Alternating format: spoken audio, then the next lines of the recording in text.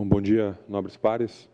Eu tenho que reconhecer, cumprimentar o vereador Eloy Friso pela abordagem, porque o atual gestor, ele de fato, nesse debate, ele contaminou o debate, né? Ele impossibilitou que a sociedade pudesse fazer um debate racional.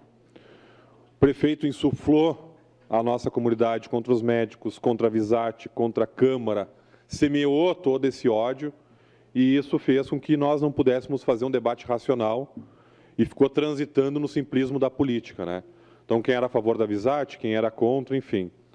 E agora se evidencia que nós já temos ali adiante um Manha Bosco 2, ou seja, um segundo passivo em que o município de Caxias do Sul, que hoje, através da nova política, vai fechar 10 escolas de educação de jovens e adultos, ali na frente, além de não ter capacidade de investir na educação, na saúde e na segurança, vai ter que ficar pagando passivo jurídico por conta de vaidade política, né?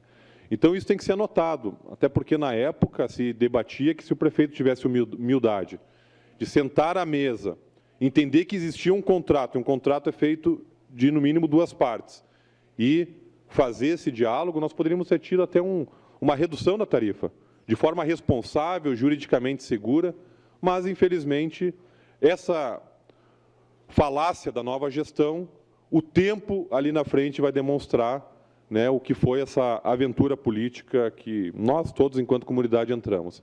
Então, fica esse registro, porque os anais lá na frente vão demonstrar essa questão.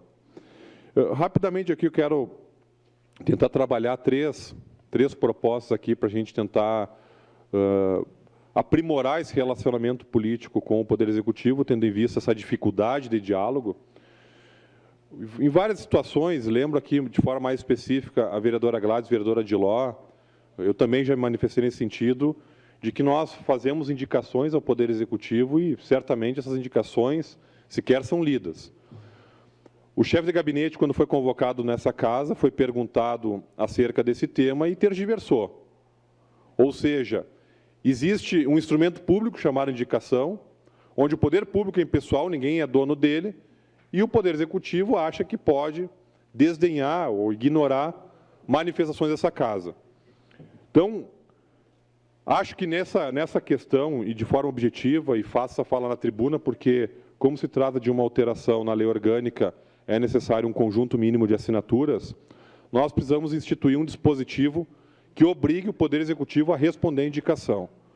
Até por uma ideia de economia, pode ser por meio digital, por e-mail. Inicialmente, a proposta seria essa, mas nós temos que colocar um dispositivo lá na lei orgânica que o Poder Executivo tem que responder às indicações. Ou vai fazer, ou não vai fazer, ou está em estudo, tem que ter um retorno a esse diálogo. Então, primeira questão é essa. Segunda questão, não dá mais para conviver com uma situação em que os secretários não têm relação política com os vereadores, e mesmo o Luiz Caetano, secretário de governo, que tenho certeza e tem demonstrado é uma pessoa bem intencionada, mas não dá conta. Às vezes liga para ele, não atende telefone, porque humanamente também é impossível, né? Virar um mega, não é nem super secretário, é um mega secretário. E nós protocolamos um projeto de alteração no nosso regimento, com vários vereadores assinando junto, que era para que as convocações dos secretários fossem realizadas no plenário em sessão ordinária. Ocorre que a assessoria jurídica da Casa apontou que, para que essa alteração tenha eficácia, tem que alterar a lei orgânica. Então, entendo que nós devemos pensar em como aprimorar esse dispositivo e colocar lá na lei orgânica o quê? Que secretário que for convocado vai vir em sessão ordinária prestar os esclarecimentos. E aí, a partir do momento que não tiver diálogo, não tiver retorno, se convoca o secretário, vem aqui para a sessão ordinária, não dói, não tem problema nenhum, e vai responder perante a comunidade. Porque esse jogo de achar que o Poder Executivo agora virou dono do poder, não tem que dialogar mais com a entidade, que quem for da velha política é leproso, então não pode nem ter conversa com o presidente de bairro, enfim, isso tem que ser superado. Nós vemos problemas que são de fácil resolução, seja uma extensão de uma linha de ônibus, seja um bueiro entupido, E não existe diálogo, não existe forma de resolução desse problema. Então, tem que tentar aprimorar os dispositivos para acabar com essa prepotência institucional e demonstrar que existem poderes instituídos que estão funcionando e que não é nenhuma benesse um secretário atender um vereador, é uma obrigação. E não só um vereador, quando atende o vereador, está atendendo dessa forma a comunidade. Então, são duas alterações que eu faço aqui a fala no microfone, porque depois, individualmente, a gente pode ir buscando apoio para essas duas propostas, mas é a primeira delas que as indicações tenham retorno, e a segunda delas que as convocações de secretário sejam realizadas em plenário durante a sessão ordinária. E agora eu quero propor uma terceira alteração, essa eu já estou protocolando hoje um projeto de resolução, um singelo projeto de resolução, que é para tentar dar um instrumento para uma massa que tem utilizado as redes sociais e não consegue canalizar a sua energia, né? Porque hoje em dia, com o advento das redes sociais, tem opinião para tudo, né? Tem, ali no Facebook, por exemplo, tem advogado especialista em direito público, médico, engenheiro, as opiniões mais diversas, e tudo isso é importante, porque a nossa comunidade tem que participar. Mas a gente está propondo, através de um projeto de resolução, sem burocratizar muito, sem criar muita regra, até para que a própria prática possa modelar esse projeto, que é uma ideia de que a comunidade possa intervir em audiência pública através da internet. E talvez o mecanismo mais adequado seja o site da Câmara. Então, teríamos que ver também, do ponto de vista da técnica, como é que isso se traduz e se materializa. Mas é uma ideia singela. Quando a comissão faz uma reunião ordinária, uma reunião pública, não precisa ter toda essa burocracia. Mas quando se publica edital em jornal, se faz uma audiência pública, como a que nós fizemos ontem à noite, nós termos a garantia, nós darmos, aliás, a garantia de que a nossa comunidade possa se manifestar através da internet. Então, faz um link, por exemplo, no site da Câmara, onde a pessoa com nome e CPF ou título de eleitor vai se manifestar.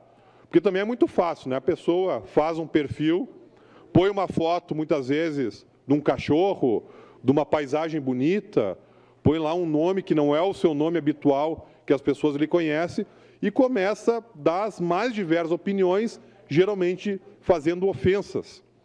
Então, a gente tem que pegar e canalizar essa energia. Se o cidadão e a cidadã, de fato, quer contribuir, quer trazer uma opinião qualificada, que o faça de uma forma cidadã. Então, acho que a partir do momento que a Câmara dá esse instrumento, também, no mínimo, a gente vai estar dando uma oportunidade para que a pessoa ela canalize essa sua intervenção. Porque também rede social vai pro etéreo, né? Porque se manifesta ali, qual é a consequência daquilo ali. Então, se a gente fizer dessa forma, está ali o presidente da comissão conduzindo a reunião, vai ter algum momento que vai ler as manifestações, que vão poder ser perguntas, afirmações, críticas, enfim. Então, são algumas questões que a gente pensa, porque eu, sinceramente, eu já tenho minha opinião formada sobre esse governo. Infelizmente, eu quero que dê certo, mas, infelizmente, não tenho nenhuma expectativa que esse governo possa haver uma recuperação se não houver uma palavra-chave que é humildade. E humildade é diálogo, é conversar permanentemente dessa casa. As pessoas da comunidade é que sabem o que tem que ser feito. E para mim, tem uma questão que é muito simbólica, que ela foi pauta da nossa sessão de ontem, que é o fechamento das escolas do EJA. Aí a gente vem aqui tentando demonstrar o apelo da comunidade. Eu fui em loco em algumas escolas e uma delas me chamou bastante atenção, porque teve pessoas que derramaram lágrimas dos olhos tentando demonstrar o que significa ter o EJA, ter uma cozinha comunitária. Aí, quando a gente vem para o plenário, aí alguns robôs aqui começam a dizer: ah, mas porque, qual é o entusiasmo que um aluno com 2, 3, tergiversando, usando de desonestidade intelectual, enquanto sabe que o governo quer reduzir custos. Então, não adianta o governo, a comunidade, aliás, se mobilizar, demonstrar o equívoco, porque não tem ninguém do outro lado. Então, se é para a gente ter um governo dessa forma, vamos fazer mais barato, já que é para baratear. Compra um software de um prefeito, instala o software com todos os dados, ele vai dizendo o que tem que ser feito. Corta aqui, corta ali, pinta aqui, pinta lá. Nós temos que voltar a humanizar este poder público municipal. Não é uma caixa de concreto. É um poder público que tem que conduzir essa sociedade e o lucro sempre é social, não é um lucro financeiro. Até porque, se fosse um lucro financeiro, essa medida que o próprio vereador Eloy explanou aqui antes não teria ocorrido. Então, é isso. De um lado, dinheiro pelo ralo, com pagamento de indenizações futuras que vai acontecer, e, por outro, para economizar ali alguns milhares de reais, se fecha 10 escolas do EJA. Foi bastante temas aqui abordados, senhor presidente, mas foi com o intuito de dar contexto. Obrigado, era isso.